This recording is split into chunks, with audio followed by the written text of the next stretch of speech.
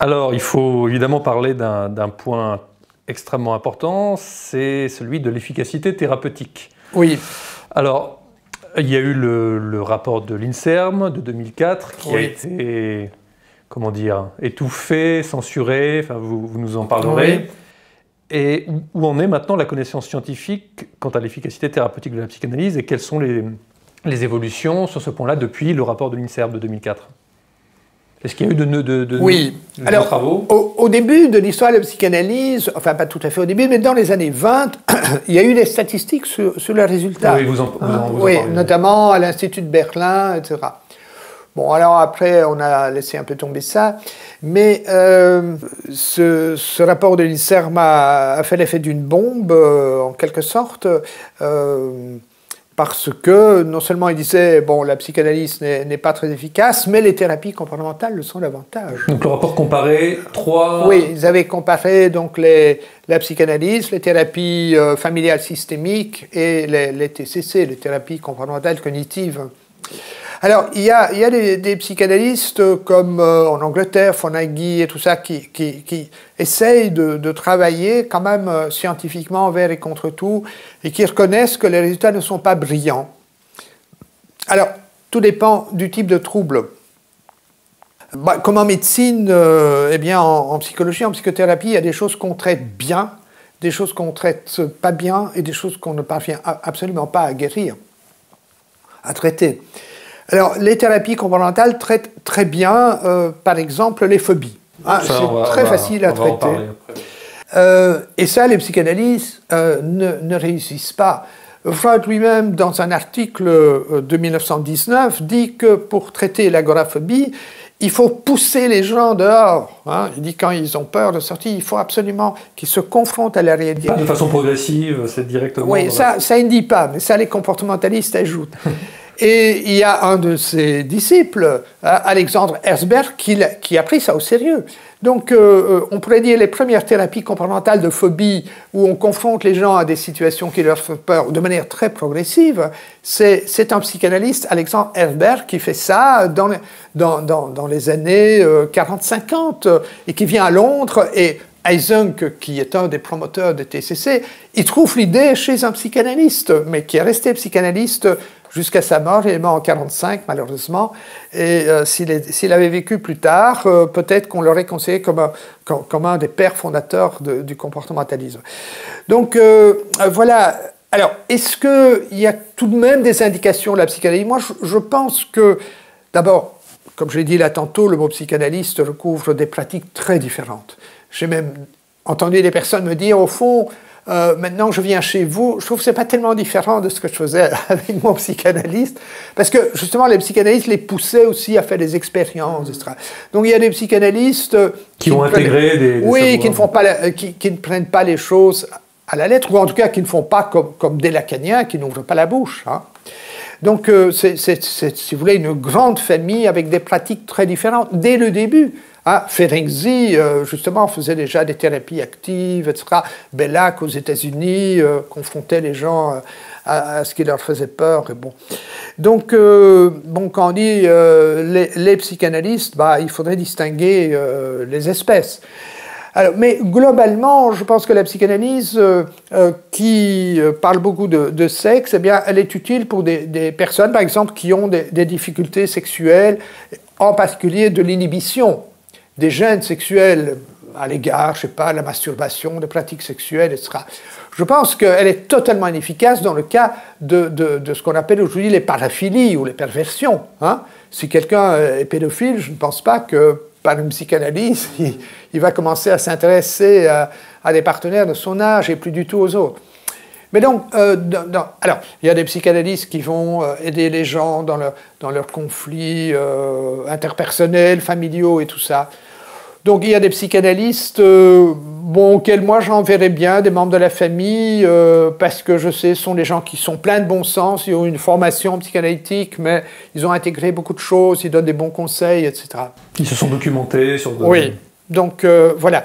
Mais je pense que les psychanalystes qui travaillent de manière rigoureusement freudienne ou lacanienne, eux, ils n'ont pas beaucoup de bons résultats et ils ont des détériorations.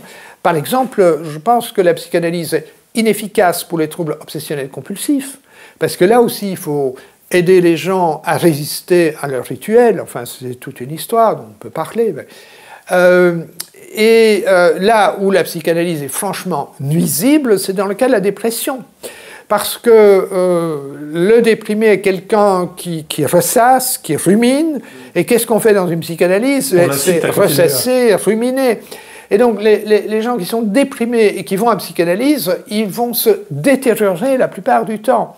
Sauf s'ils sont, comme le mot loup, maniaco-dépressifs et qu'à un certain moment, puis ils ressortent tout naturellement de leur dépression, quitte à devenir alors éventuellement maniaque au sens psychiatrique, c'est-à-dire très excité, ou de nouveau normotimique, c'est-à-dire d'une humeur normale.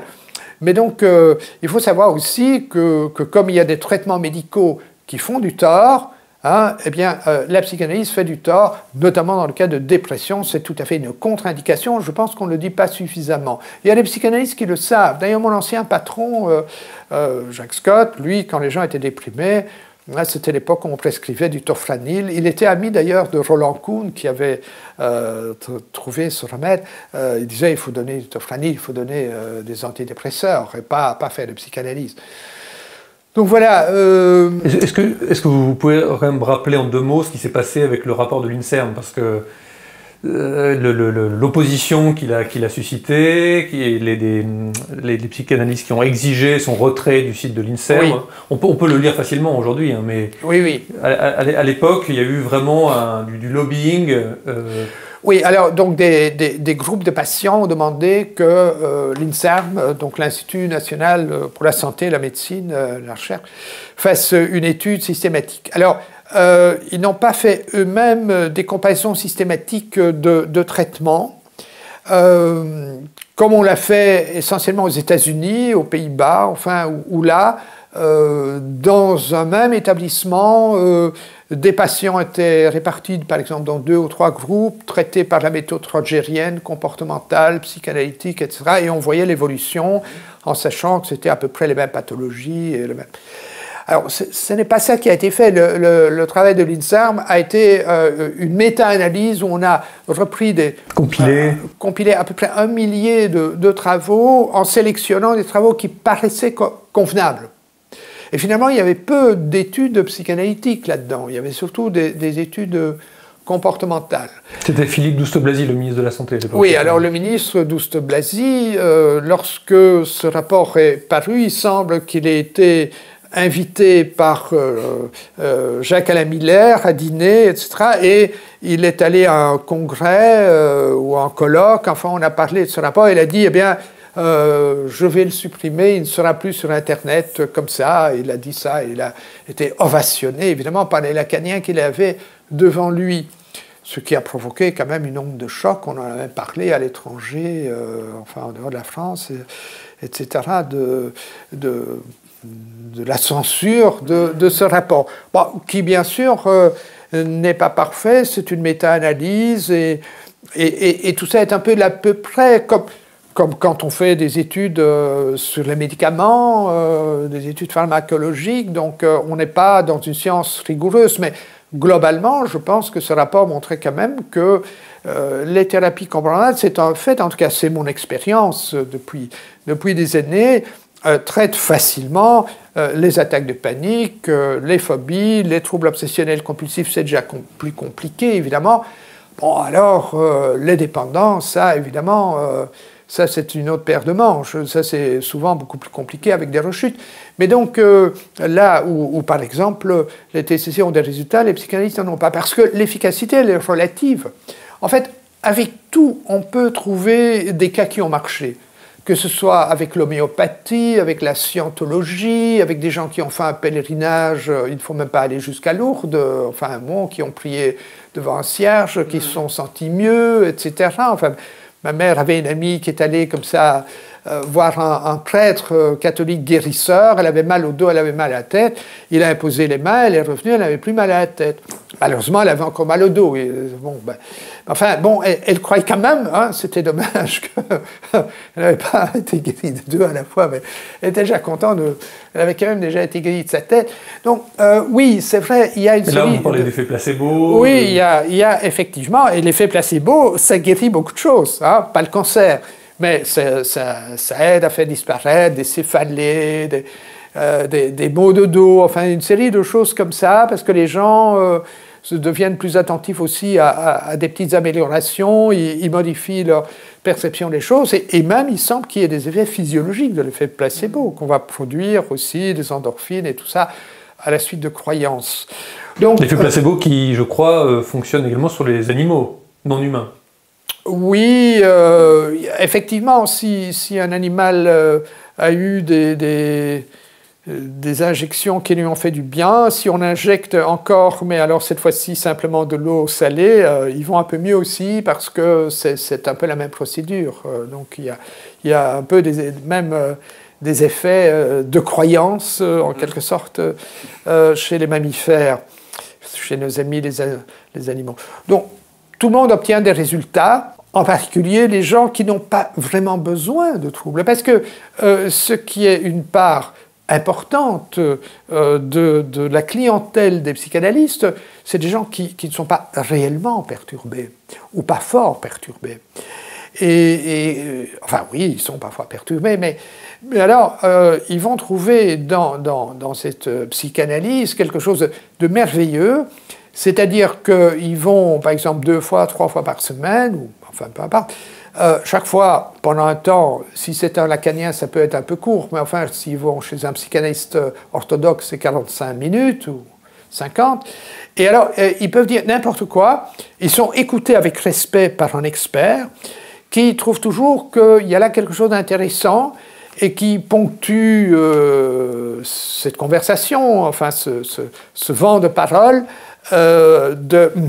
approbateur et qui de temps en temps fait une remarque parfois intéressante, et il y a parfois des choses qui changent, parfois des idées qui naissent, on dit mais oui, après tout, mais c'est ça qu'il faudrait faire, nom d'une pipe, je n'y avais jamais pensé. En plus, si ce sont des gens qui travaillent beaucoup, des hommes politiques, des managers ou des artistes, par exemple, qui vraiment mènent une grande carrière, c'est l'occasion aussi d'être détendu sur un divan cool ou dans un bon fauteuil. Et donc on peut raconter ce qu'on veut, on est écouté avec respect, on a l'impression vraiment d'être écouté, si pas aimé. Hein, beaucoup de gens croient qu'ils sont aimés de leur psychanalyste, ce qui est une douce illusion, je pense. Enfin, il arrive même que des psychanalystes finissent par tomber amoureux de leur analysé. Ils sont écoutés davantage qu'ils le sont que par n'importe qui d'autre. Même le conjoint ne vous écoute pas comme ça. Quand vous parlez, votre conjoint vous interrompt en disant « Ah, mais moi aussi, tu sais, tu parles de ton travail, mais tu devrais un peu voir, moi. » Ou vous parlez avec un ami de vos bobos, il dit « Oh là là, mais moi je connais quelqu'un d'autre qui... » Chez le psychanalyste, non. C'est vous qui parlez à perte de vue et vous avez l'impression que tout ce que vous dites est intéressant, il vous approuve, etc. C'est une expérience fabuleuse. Vous payez et vous avez vos séances à heure fixe. Voilà. Il faut peut-être dire aussi que la clientèle type des psychanalystes, c'est ce qu'on appelle les Jarvis, c'est ça? Ah oui, oui. Alors Jarvis, c'est donc Y, Young. Young, attractive, rich, verbal, intelligent and successful. C'est ça, hein? Attractive, donc séduisant. Oui, oui, oui. Effectivement, écoutez... Et il faudrait ajouter blanche aussi, parce que très très majoritairement blanche. Très majoritairement. Mais regardez des gens qui, à la télévision, font la promotion de la psychanalyse, c'est des gens comme Carla Bruni, qui dit « Je suis une adepte absolue, depuis 10 ans, je fais la psychanalyse plusieurs fois par semaine. » Ou bien comme Lucchini, il dit « Moi, ça fait 40 ans que je suis en psychanalyse, et il en est très fier. Hein. Il ne dit pas « Il n'y a pas 40 ans que je suis en traitement psychiatrique pour mes nerfs. » Non, il dit 40 ans où voilà. Qu'un temps de dialogue. De dialogue, d'approfondissement, où je me connais mieux, où je fais l'expérience fabuleuse de mon moi profond, etc. Ils s'en vantent. Donc, c'est faire subir un traitement psychiatrique, c'est quelque chose dont les gens ont honte en général. Mais faire une psychanalyse, c'est quelque chose qui les valorise. Les gens sont très fiers. Dans certains milieux, c'est valorisant. Oui. Tout à fait. Dans l'intelligentsia, c'est tout à fait comme il faut. Dans les dîners en ville. Alors, juste une petite chose, j'ai vu récemment, pour préparer cet entretien, une conférence de Joel Swensen, qui est un professeur de psychologie spécialisé dans les TCC, conférence que je recommande, qui a été donnée pour la chaîne YouTube La Tronche en Biais. C'était à Nancy très récemment, le 10 janvier 2018. Et donc cette conférence est très, très intéressante et percutante, et ça rejoint de nombreux points que vous avancez vous-même. Mais il dit à un moment, ce qui m'a un petit peu surpris, mais je pense savoir pourquoi il a dit ça, que la psychanalyse peut convenir à certains patients. Alors, comme il n'a pas eu le temps de tellement développer dans cette conférence, alors est-ce que a priori il avait en tête ce qu'on appelle les facteurs non spécifiques? Oui, oui, c'est ce que je disais là tantôt. Hein.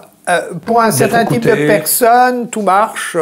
Et ce qu'on appelle les facteurs thérapeutiques communs aux thérapies ou non spécifiques, c'est le fait d'être écouté avec une certaine empathie, d'avoir le sentiment d'être compris, d'avoir de l'espoir que ça va mieux, d'avoir des idées nouvelles qui viennent grâce au thérapeute ou bien dans ce qu'on explique soi-même. Il vient parfois des idées.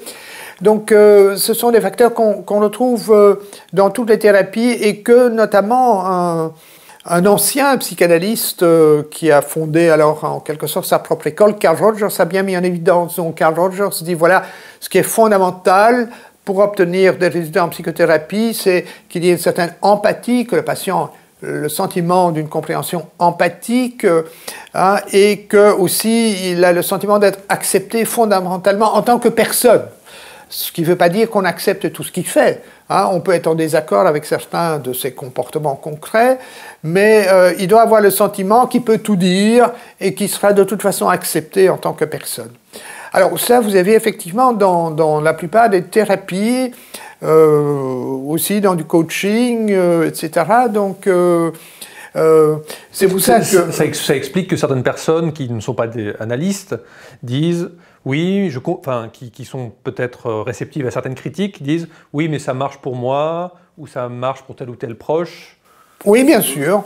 Ah oui, mais ça, c'est évident, c'est pas une illusion. Moi, je dis volontiers, écoutez, si vous n'avez pas des problèmes importants, si vous n'avez pas des obsessions graves, si vous n'êtes pas agoraphobe, etc., si vous n'avez pas des problèmes sérieux, alors allez chez n'importe quel psy, du moment qu'il est honnête, qu'il soit pas trop cher et qu'il habite près de chez vous. Et avec un peu de chance, ça ira mieux. Hein? Alors, si vous avez un problème sérieux, alors je vais essayer de vous trouver le nom d'un bon comportementaliste ou d'un bon psychiatre, parce que vous avez peut-être besoin de médicaments aussi. Donc oui, à un certain niveau, tout marche. Et alors, il y a des gens qui restent très longtemps. Vous connaissez, comme tout le monde, des gens qui sont en psychanalyse depuis, j'ai cité le cas de Lucchini, 40 ans, mais des gens qui restent parce que ça fait partie de leur vie. Et aussi parce qu'ils croient qu'ils vont finir par un beau jour être transformés. Et ça, c'est une illusion. Hein? C'est un peu... Enfin, si, il y a des gens qui parfois sont... C'est tout à fait comparable à la machine à sous. Alors, si vous jouez à la machine à sous, vous avez chaque fois des petites récompenses. Hein? Alors, dans une psychanalyse aussi, vous avez régulièrement des petites satisfactions. Vous sortez de votre séance, vous dites « Ah, mais maintenant j'ai quand même compris des tas de choses. » Vous avez des pépites. Et donc alors, vous avez beaucoup investi là-dedans, hein, de plus en plus avec le temps. Et alors, vous dites « Si maintenant j'arrête, alors je perds le bénéfice. » Et je n'ai pas encore touché le gros lot. Ou bien, j'ai investi beaucoup et je voudrais quand même récupérer la mise. Ça, c'est ce que disent les gens qui vont au casino, qui, pour les machines à sous, ils espèrent qu'à un moment donné, ils vont se refaire. Je vais me refaire. Je vais brusquement revoir tout ce que j'ai déjà dépensé, tout ce que j'ai investi. Et c'est un peu le même processus pour les gens qui continuent indéfiniment la psychanalyse. Ils disent, oui, un bon jour, quand même, je vais vraiment comprendre, je vais retrouver le souvenir, je vais retrouver le fantasme, c'est ce truc qui me fait souffrir, qui est toujours là, dont je rêve, etc. Et alors la vie sera complètement modifiée. Et ça arrive, mais c'est rare. Ça arrive comme il y a des gens qui brusquement jackpot au casino. Alors, ça sonne, tout le monde vient voir, il a tout ce qu'il y avait dans la machine. Et donc, il y a des gens qui vous disent, moi j'ai été transformé par la psychanalyse. Moi, je veux bien les croire que brusquement, vous avez une autre perception des choses.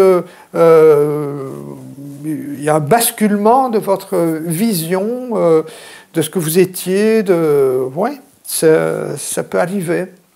Et alors, qu'est-ce qu'il convient de conseiller aux personnes qui sont analysées depuis très longtemps, sans amélioration notable, voire avec une dégradation de leur état, mais qui ont développé une dépendance vis-à-vis de la psychanalyse? Enfin, oui. C'est les cas les plus pénibles, en fait, quand on a un proche qui est dans cette situation-là et qu'on ne sait pas trop quoi. Oui, écoutez, quand les gens sont détériorés, ne vont pas bien, ils ne sont plus capables de prendre des décisions et de couper le fil, ça devient plus difficile. Prendre des décisions, notamment de rupture, que ce soit avec le psychanalyste auquel on s'est attaché, ou il y a quand même des liens affectifs, même parfois assez forts, qui se sont développés, c'est une décision qui demande de l'énergie mentale. Donc ce n'est pas si facile que ça.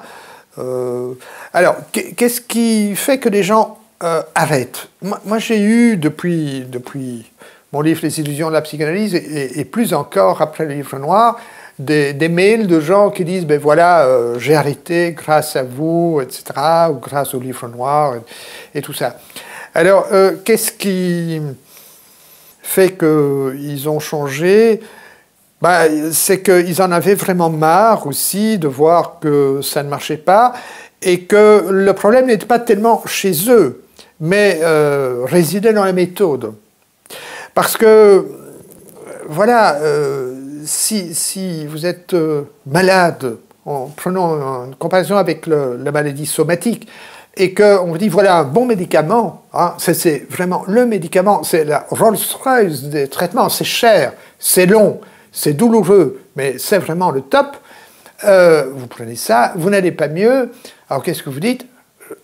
Mon problème est très profond, il y a des expériences d'ailleurs de psychologie qui montrent cela, que quand les gens ont une mauvaise opinion d'eux-mêmes et qu'on leur donne des médicaments en disant c'est vraiment ça, par exemple des gens qui ont des insomnies, etc., ils ne dorment pas alors qu'en fait c'est un placebo, alors que les choses s'aggravent.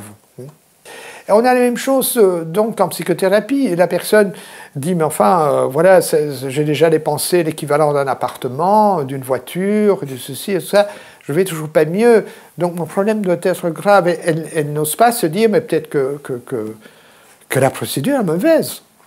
Or, quand alors des personnes voient qu'il y a des gens compétents ou soi-disant compétents, enfin mon bouquin, Les illusions de la psychanalyse, j'étais seul à écrire, alors les gens pouvaient se dire, oui, voilà, ce type-là a un problème avec le... Mais avec le livre noir, on était quand même 40. Et tous les gens qui étaient tous professeurs d'université, enfin qui avaient travaillé aux archives Freud, etc. Donc là, alors, les gens disent oui, alors ceux-là disent que peut-être que la méthode n'est pas bonne et que je pourrais peut-être essayer autre chose. Donc la lecture, l'information est primordiale et donc si vous n'avez pas une information sur une alternative, vous ne changez pas. Donc c'est pour ça que vous faites maintenant un travail très utile pour des gens qui sont peut-être empêtrés dans cette psychanalyse, c'est qu'au moins ils sont informés, à eux alors de décider. Mais c'est la vue de films, etc. Par exemple, je sais aussi que l'interview qu'a fait Sophie Robert de 4 déconvertis de la psychanalyse a eu aussi un impact. Elle m'envoie régulièrement des mails de personnes qui disent c'est une révélation, ou des étudiants qui disent mais dans mon université, moi je n'ai entendu parler que de psychanalyse et maintenant je vois à quel point c'est problématique, on ne me l'avait jamais expliqué. Et donc ça provoque quand même un choc. Alors, la psychanalyse, est-ce qu'elle va perdurer longtemps, notamment en France, puisque c'est surtout là et en Argentine? Oui, je crois que ça va durer longtemps parce qu'il y a quand même des milliers de psychanalystes qui font tout pour garder leur job. En particulier, ces lacaniens qui n'ont même pas de diplôme de psychologue ou de psychiatre, qui sont à la base philosophes, travailleurs sociaux, infirmières, enfin, tout ce que vous voulez, des professions évidemment respectables, mais ils fonctionnent comme psychanalystes. Et ils tiennent à garder ce statut-là, plutôt que de redevenir éducateurs avec des enfants délinquants, ou que sais-je. Hein. Alors eux, ils vont se battre par tous les moyens possibles pour maintenir. Mais la moyenne d'âge des psychanalystes en France est quand même assez élevée, non? Oui, pareil quand même que... Oui. Alors, effectivement, je pense qu'à très long terme, ça va changer. Bon, ça va rester comme l'homéopathie reste, comme des tas d'autres choses, reste comme la religion, les religions, aussi bien musulmanes, catholiques, toutes les religions vont encore durer, je pense, assez longtemps. Enfin, le catholicisme, lui, il est en train de battre de l'aile, en tout cas en Belgique. Donc, ce qui va diminuer l'impact de la psychanalyse, et on le voit très bien dans d'autres pays, c'est par exemple aux États-Unis, dans les milieux universitaires, ce qui est devenu un grand ennemi de la psychanalyse, ou une grande alternative, c'est la pleine conscience et les techniques de méditation. Autrefois, les gens allaient 3-4 fois sur un divan. Maintenant, ils se mettent en position de lotus et ils méditent. Hein, et ils trouvent que ça leur fait aussi du bien. Alors, il y a donc la méditation. Il y a l'hypnose qui reprend du poil de la bête. Hein. L'an passé, ou il y a 2 ans, il y a un tout grand congrès à Paris. Il y avait 2000 personnes, je crois, ou quelque chose comme ça. Les formations se sont beaucoup développées. Les formations se sont multipliées. Enfin, il y a, dans les hôpitaux, enfin, on utilise comme aide à l'anesthésie locale. Bon. Et puis, il y a le coaching. Les gens disent, ah, mais ça, c'est beaucoup plus pratique. Voilà. Je ne savais plus où j'en étais, et le coach m'a aidé à formuler mes objectifs et à me booster, etc. Et puis, il y a les TCC, qui sont devenus, par exemple, aux Pays-Bas, la psychothérapie par excellence. Aux Pays-Bas, il y a 3000 comportementalistes, il y en a un peu plus de 1000 en France. Alors, vous voyez, dans ce petit pays de 15 millions d'habitants, vous voyez à quel point, là, les thérapies comportementales se sont véritablement développées et ont pris tout le terrain. Les psychanalystes qui savent ça se disent « Oh là là, il ne faut pas que ça devienne ici comme là-bas dans le Nord, hein, ou même dans les pays nordiques aussi ». Donc les choses vont changer probablement, notamment parce qu'il y a des alternatives que je viens de citer, parce que les gens aussi maintenant osent critiquer la psychanalyse, ceux qui autrefois ont passé pour un idiot. J'ai fait une conférence avant d'écrire, au début que j'écrivais les idiots dans la psychanalyse, en 1979 j'ai fait une conférence à l'université de Louvain, et on avait mis des affiches. Et j'ai eu des collègues qui m'ont téléphoné, notamment une collègue qui m'aimait beaucoup, qui m'a dit « Jacques, tu vas faire cette conférence qui s'intitulait « Les illusions de la psychanalyse ». Elle m'a dit « Mais tu vas définitivement te discréditer. Est-ce que tu te rends compte que tu vas avoir une réputation, mais tu vas définitivement passer pour un crétin ?» Aujourd'hui, on peut critiquer la psychanalyse, on ne passe plus pour un crétin, on passe éventuellement pour antisémite ou pour... Enfin, je ne sais plus si... En tout cas, dans mon université, la critique de la psychanalyse, ça ne fait plus de problème. Et d'ailleurs, les thérapies comportementales ont très largement pris la place. Donc les choses changent manifestement, mais la psychanalyse a encore de beaux jours devant elle. Et notamment grâce à l'influence qu'elle a dans les milieux médiatiques et culturels. C'est ça, oui. C'est un autre aspect. Oui, oui. Elle est très prisée dans ces milieux, chez les artistes aussi. Certains considèrent que c'est une ressource intéressante pour leur art. Alors, comment expliquer ce pouvoir d'attraction sur les milieux culturels, médiatiques, artistiques? Ouais, c'est grâce à Lacan, hein, parce que s'il n'y avait pas eu Lacan, et si la psychanalyse était restée quand même une discipline très proche de la médecine, de la thérapie, rien que ça, mais avec Lacan qui s'est très peu occupé de clinique, hein, et pas du tout de technique. La seule chose au plan technique qu'il a innové, c'est les séances à durée minuscule. Mais donc, il n'a rien apporté de vraiment neuf au niveau de la clinique, je crois. Je ne pense pas que les lacaniens puissent mieux traiter que les non-lacaniens leurs patients. Mais ce qu'a fait Lacan, c'est essentiellement de l'espèce de philosophie. Il a parlé Edgar Poe, Sade, Kant, enfin, il a fait de la philo. C'est un peu grisant. Et donc, il a communiqué avec les philosophes, et les philosophes aussi, dans un bon nombre, sont devenus psychanalystes, aussi des théologiens. En fait, quand Lacan a eu son succès, c'est aussi au moment où l'Église s'est vidée, pour une part. Des noms éminents de psychanalystes, comme par exemple François Voustan, c'est un ancien jésuite, il y en a d'autres, donc des anciens prêtres, des anciens jésuites, qui donc ont alors fait de la philo, de la littérature, et ont, grâce au concept lacanien, philosophique, littéraire et tout ça, ont accepté des interviews sur n'importe quel sujet. Quand moi j'ai publié Les illusions de la psychanalyse, j'ai été souvent interviewé sur ce sujet, et même encore après, mais pas sur beaucoup d'autres sujets. Et puis on m'a dit, tiens, est-ce qu'on peut vous interviewer sur, je ne sais pas, la délinquance, ceci, etc. Alors moi j'ai souvent dit non, écoutez, moi, je n'ai rien de pertinent à dire là-dessus. Ce que je vais vous raconter, c'est ce qui se trouve dans les livres, parce que je n'ai pas d'expérience clinique de ce genre de problème, je n'ai pas d'expérience, etc. Parler d'art, parler de théâtre, etc. Les psychanalystes, ils sont tout le temps partants. Vous trouvez toujours, pour n'importe quel sujet, à Paris, un psychanalyste qui est prêt à vous parler C'est d'ailleurs ce que fait Claude Almos sur France Info, puisque oui. Ça, c'est quand même un peu choquant que la seule et unique référente psy de France Info, qui est quand même une chaîne du service public, une chaîne d'information du service public, c'est Claude Almos, une psychanalyste, et qui, chaque semaine, s'exprime sur un sujet différent, il y a toujours quelque chose à dire, et il n'y a pas de concurrence pour elle. C'est France Info. Pour la psychologie, c'est la psychanalyse. Oui, oui. On a la même chose avec le cas de Mme Roudinesco, hein, pour Le Monde.